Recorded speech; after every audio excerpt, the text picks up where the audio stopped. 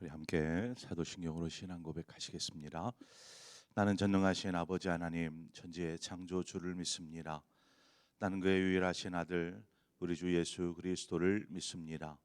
그는 성령으로 잉태되어 동정녀 마리아에게서 나시고 본디오 빌라도에게 고난을 받아 십자가에 못 박혀 죽으시고 장사된 지 사흘 만에 죽은 자 가운데서 다시 살아나셨으며 하늘에 오르시어 전능하신 아버지 하나님 우편에 앉아 계시다가 거기로부터 살아있는 자와 죽은 자를 심판하러 오십니다. 나는 성령을 믿으며 거룩한 공교회와 성도의 교제와 죄를 용서받는 것과 몸의 부활과 영생을 믿습니다. 아멘. 우리 함께 찬송가 280장 찬송가 280장 전부여 의지없어서 손들고 옵니다. 우리 함께 찬송하도록 하겠습니다. 찬송가 280장입니다.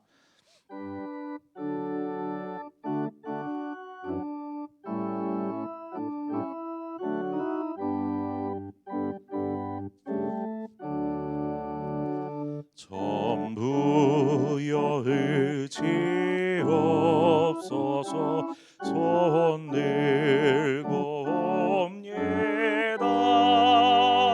주 나를 외면하시며 나 어디 가리까. 내 죄를 씻기 위하여 피 흘려 주시니 회개하는 마음으로 주 앞에 옵니다. 처음부터 계신 주께서 영죽을 죄에는 보혈로 구해 주시니 그 사랑 한없네. 내 죄를 씻기 위하여 피 흘려 주시니 회개하는 마음으로 주 앞에 옵니다. 나 예수 의지함으로 큰 권능 받아서 주님께 구한 모든 것 늘 얻겠습니다. 내 죄를 씻기 위하여 피 흘려 주시니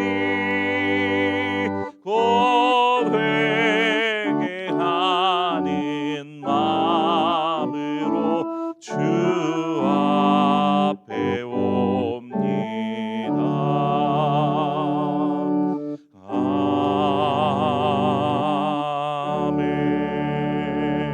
아멘. 하나님 말씀 보겠습니다. 사무엘하 11장 14절에서 25절의 말씀까지 한 절씩 교독해서 보도록 하겠습니다. 사무엘하 11장 14절에서 25절의 말씀입니다. 우리 한 절씩 교독해서 보겠습니다. 아침이 되매 다윗이 편지를 써서 우리아의 손에 들려 요압에게 보내니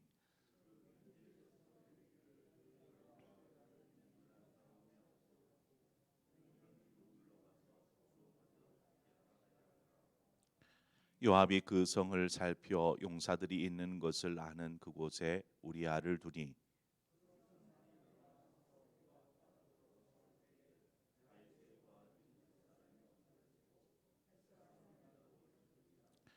요압이 사람을 보내 그 전쟁의 모든 일을 다윗에게 보고할세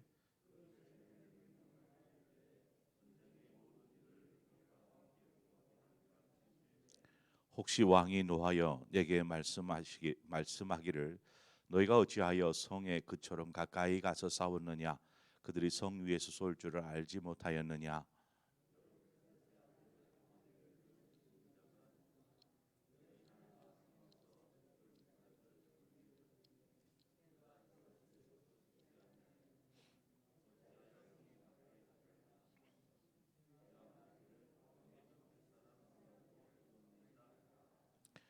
전령이 가서 다윗에게 이르러 요압이 그를 보낸 모든 일을 다윗에게 아뢰어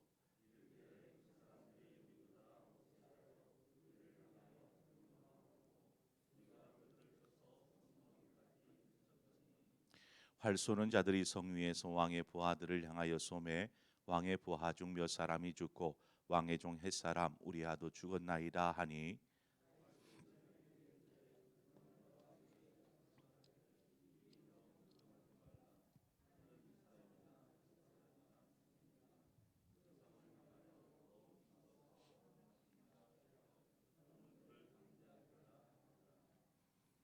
아멘.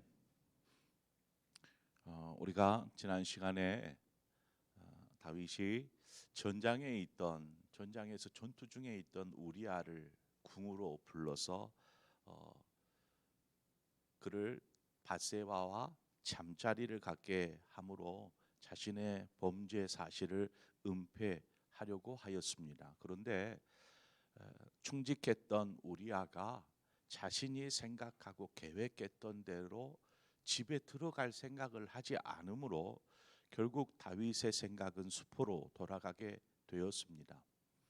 그래서 오늘 본문에 보니까 마지막 수단이죠.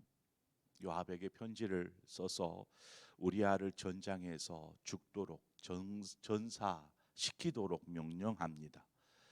요압이 그 편지를 받고 우리아를 이제 싸움터로 보내게 되는데 말씀을 준비하면서 좀 자세하게 들여다보니까 저도 쉽게 넘겼었던 부분들이 있었던 것을 발견했습니다. 17절에 보면 그 성 사람들이 나와서 요압과 더불어 싸울 때에 다윗의 부하 중 몇 사람이 엎드러지고 햇사람 우리아도 죽으니라. 이 구절을 보면 우리아와 함께 다윗의 부하 몇 사람도 함께 전사합니다. 우리가 되게 다윗 생각하면 저는 그렇게 생각했어요.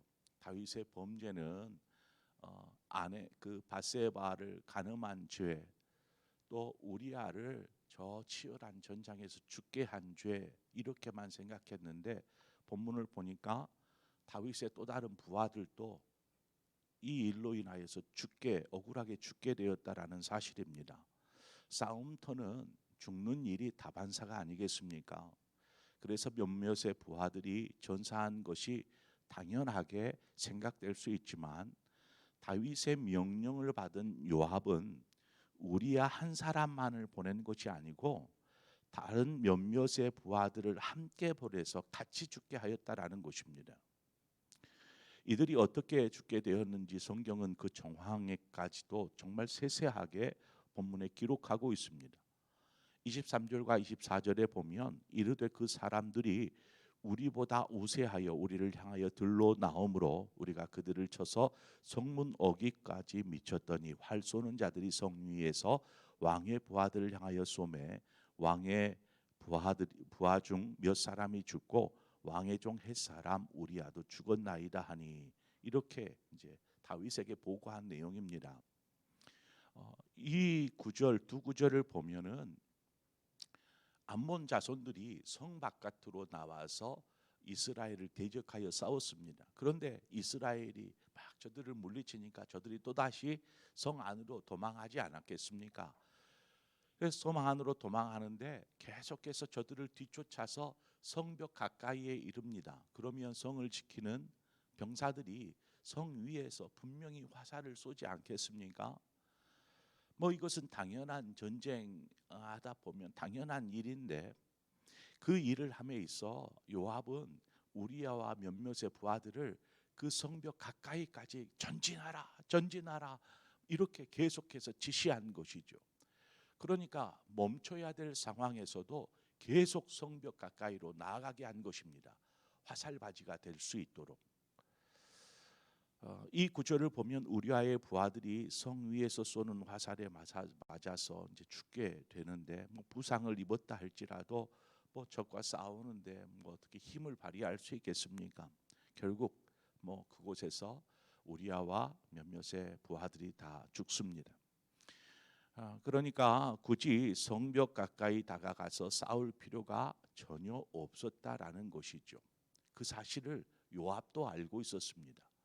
자신의 지시 명령이 잘못됐다라는 것을 요압 자신도 알고 있었던 것이죠. 그래서 본문 20절에 보면 혹시 왕이 노하여 내게 말씀하시기를 너희가 어찌하여 성에 그처럼 가까이 가서 싸웠느냐, 그들이 성 위에서 쏠 줄을 알지 못하였느냐.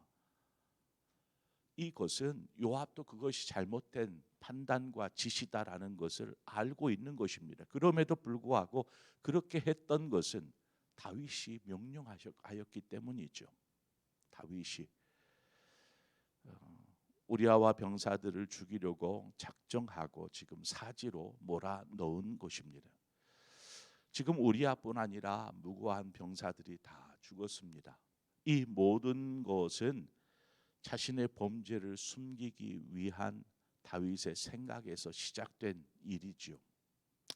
실제로 우리아와 병사들을 죽인 것은 적군이지만 그 모든 시작점은 다윗이었습니다. 그래서 다윗에게 우리가 죄명을 붙여본다라면 밧세바를 범한 간음죄와 우리아와 뿐만 아니라 병사들을 죽인 살인죄가 적용될 수 있을 것입니다. 죄는 계속해서 꼬리에 꼬리를 물어갑니다. 그냥 그 하나로 끝나는 것이 아니라 다음으로 또 이어지게 되더라는 것입니다. 그 하나의 죄를 은폐하고 숨기려고 하다 보니까 다윗은 더 큰 죄를 지금 짓고 있는 것입니다. 제가 주일 설교 때에 다루었던 말씀 중에 에베소서 5장 12절 13절의 말씀에 그들이 은밀히 행하는 것들은 말하기도 부끄러운 것들이라. 그러나 책망을 받는 모든 것은 빛으로 말미암아 드러나나니 드러나는 것마다 빛이니라. 죄가 드러나지 않을 때 또 다른 죄로 이어지고 또 죄가 드러나면 거기에서 멈출 수 있습니다. 드러나지 않기 때문에 계속해서 번져 나아가는 것입니다. 이제 드러나면 이제 드러나는 것마다 빛이니라 이렇게 말하잖아요. 드러나면 여기서 멈추기 때문에 그렇습니다. 한 생명이 천하보다도 귀한 것인데 다윗은 왕이라는 자신의 권세를 이용해서 자신들의 그 충직한 부하들을 이렇게 생명들을 가볍게 여기고 무참히 죽게 한 이 일을 지금 다윗이 범한 것입니다. 그러면서 다윗이 하는 말을 한번 보십시오. 저 마지막 절에 가보면 걱정하지 말라. 칼은 이 사람이나 저 사람이나 삼키느니라. 자신이 지시해놓고 명령하여놓고 다른 부하에게는 뭐 전장에서는 누구나 죽을 수 있어라고 그냥 이렇게 이야기하고 마무리를 지으려고 하는 것을 보게 됩니다.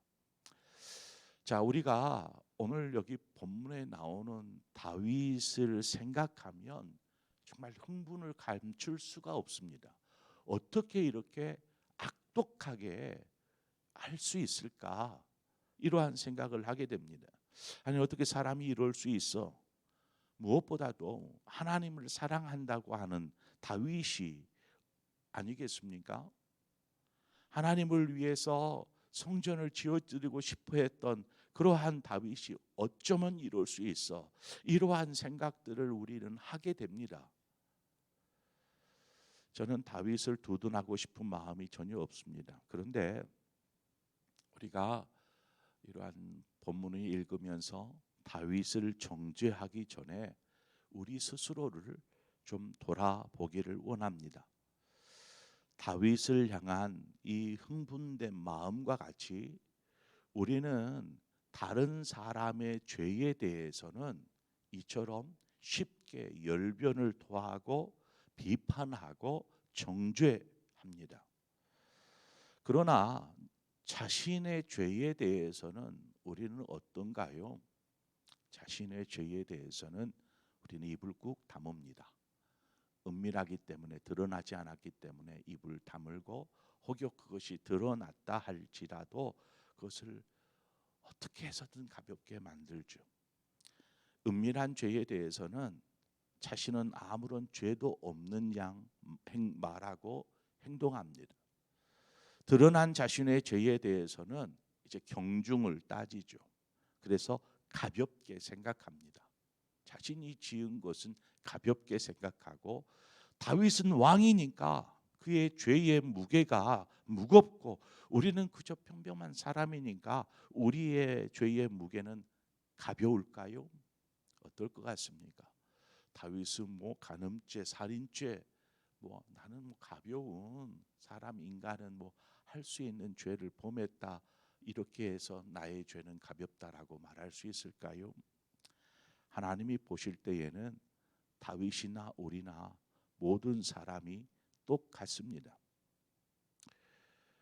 그러한 의미에서 우리는 너무나 쉽게 다른 사람의 범죄에 대하여서 쉽게 돌을 듭니다. 우리는 자신의 죄에 대해서 역시 돌을 들 수 있어야 합니다. 뭐 돌이겠습니까? 바위를 들어야지요. 자신의 죄에서만큼은. 우리 안에 은밀한 죄가 있다면 그 죄가 또 다른 죄로 이어지기 전에 우리는 그것을 하나님 앞에 드러내야 합니다. 그리고 이 죄에 대하여서 회개하며, 그럴 때에 죄의 고리를 끊어낼 수 있습니다. 죄로부터 자유케 되는 것이죠. 만약에 이것을 드러내지 않고 그냥 우리 안에 묵히고 있다면 이 죄는 또 다른 죄를 만들어낼 것입니다. 계속해서 우리가 죄로부터 자유케 되기 위해서라도, 또 더 이상 다른 죄로 번져가지 않게 하기 위해서라도 우리는 이것을 하나님 앞에서 끄집어내어서 이 문제에 대해서 결판을 지어야 합니다. 회개하는 것이죠. 또 한 가지는 우리가 하나님 앞에서만 회개하면 되는가 하는 문제입니다. 우리는 죄에 대해서 분명히 누군가에게, 어떤 사람에게 범한 죄이지 않겠습니까? 그런데 우리는 그 사람에게는 별개로 그저 하나님 앞에서 하나님, 저 그런 죄 졌어요, 용서해 주세요 하고 말게 됩니다. 하나님 앞에 드러내는 것은 그리 어렵지 않을 거라 생각이 되거든요. 그렇지 않아요? 조용히 침묵으로 하나님, 저 잘못했어요, 이렇게 하고 마는 것이죠. 우리 안에 주님이 계신데 주님은 우리가 어떻게 하기를 원하실까요? 저는 여기서 말할 수 없어요. 자신의 지은 죄에 대해서 분명히 하나님 앞에서는 회개해야지요. 그것을 그 사람에게 찾아가서 제가 당신에게 이러한 잘못을 저질렀습니다, 용서해 주십시오 라고까지 여러분에게 말하고 싶지 않아요. 그것은 여러분 스스로 내 안에 주님이 계신데 주님은 어떻게 하기를 원하실까? 이 마음에 따라서 움직여 가시면 됩니다. 우리가 삶을 살아가면서 가볍든 아니면 무거운 죄이든 죄는 똑같이 하나님이 기뻐하지 않는 것들입니다. 아무리 가벼운 죄라도 그저 그냥 그대로 내버려 두면 그 죄가 점점 눈덩이처럼 불어나게 되어져 있습니다. 왜요? 또 다른 죄를 만들어내고 또 다른 죄를 만들어내기 때문에 그렇습니다. 우리는 이 모든 것들이 앞서 에베소서의 말씀처럼 드러날 때 빛으로 드러나게 됩니다. 즉 죄가 여기서 끝이 나는 것이죠. 우리는 죄의 노예가 아닙니다. 주님께서 우리를 위해서 십자가에 달려 피 흘려 죽으심으로 우리의 죄를 깨끗게 하여 주시지 않았습니까? 그러므로 우리가 하나님 안에서 이 죄를 끝을 내야 합니다. 더 이상 이어지지 않도록. 또 설령 살다 보면 이러한 죄가 우리 안에서 일어날 수 있고 만들어질 수 있습니다. 그러할 때에 하나님 앞에 엎드려야 하고, 더불어서 우리가 잘못한 사람에게 대하여서 용서를 구할 수 있는 용기가 필요하다라면, 담대함이 필요하다라면 하나님께서 주실 것입니다. 설령 그러기조차 자신이 없어요. 제가 찾아갈 용기가 없습니다. 그럴지라도 우리는 하나님 앞에서 처절하게 이 문제를 내려놓고 기도해야 하는 것입니다. 천부여 의지없어서 손들고 옵니다. 주 나를 박대하시면 나 어디 가리까. 주님은 결코 우리를 외면하시지 않는다라는 것입니다. 주님 안에서 우리의 죄의 문제가 해결되어질 때 우리는 여기에서 자유를 얻을 수 있고, 또 힘을 얻고 용기를 얻어서 사람에게도 용서를 구할 수 있고, 또 용서할 수 있는 사람이 되는 것입니다. 그래서 우리의 삶이 사단에 의한 죄의 노예가 아닌 주님의 종된 삶, 이러한 삶을 사시는 저와 여러분의 삶이 되어지기를 축원드립니다. 기도하겠습니다. 좋으신 하나님 아버지, 오늘 주신 말씀들을 우리가 묵상하면서 하나님, 우리가 다윗의 죄에 대해서만 주목한 것이 아니라 우리 스스로 우리 자신의 내면을 주목하기를 원합니다. 우리 자신에게도 정말 사람을 미워하고 시기하고 단지 이러한 가벼운 것뿐만 아니라 정말 은밀하고 정말 남부끄러운 이러한 것들이 우리 안에 있는지 우리 스스로를 점검해보고, 이것들을 오늘 이 시간 십자가 앞에 나아가 예수 그리스도의 보혈의 공로를 의지하여서 고백하고 회개하게 하시고, 이제 더 이상 이 죄에 묶여서 하나님 계속되어지는 죄를 만들어내는 사람이 아니라 여기에서부터 종지부를 찍게 하여 주시고, 이제 새로운 하나님의 사람으로 우리 자신을 거룩하게 하나님 다듬어 갈 수 있도록 인도하여 주시옵소서. 또 주님께서 우리에게 마음을 주시면 담대함을 가지고 용서를 구하게 하시고, 그렇게 우리 안에서 죄가 번져나가는 것이 아니라 죄가 끝이 나고 죄가 빛 가운데 드러남으로 이제 그 안에서 자유케 되어지는 삶을 살 수 있도록 인도하여 주시옵소서. 예수님의 이름으로 기도합니다. 아멘. 오늘 시간 주신 말씀을 생각하면서 하나님이 여러분에게 어떤 것들을 속삭이며 말씀하셨는지 생각하면서 그 말씀을 붙잡고 우리가 기도하며 나아가기를 원합니다. 그래서 우리의 신앙이 죄 때문에 뭔가 걸림이 되지 않도록, 하나님 앞에 부끄러움이 되지 않도록 우리가 이 문제들을 주님 앞에 내려놓고 용서를 구할 것을 구하고, 용서할 것들을 용서할 수 있는 마음을 하나님 우리에게 주시옵소서. 우리의 신앙과 믿음을 위해서 이 시간 한 마음으로 기도하고, 하나님 나의 믿음을 회복시키시고 오직 주님 닮은 주님의 제자로 오늘을 살게 하여 주옵소서. 우리가 한 마음으로 함께 합심해서 기도하고, 또 여러분 각자의 기도의 제목으로 기도하시다 자유롭게 돌아가시겠습니다. 함께 기도하겠습니다. 좋으신 하나님 아버지, 은혜를 감사합니다. 하나님의 은혜는, 우리에게 부으시는 하나님의 은혜는 한량이 없으시고 부족함이 없으시고 조건이 없으시고 그저 우리에게 부어주셨고, 우리는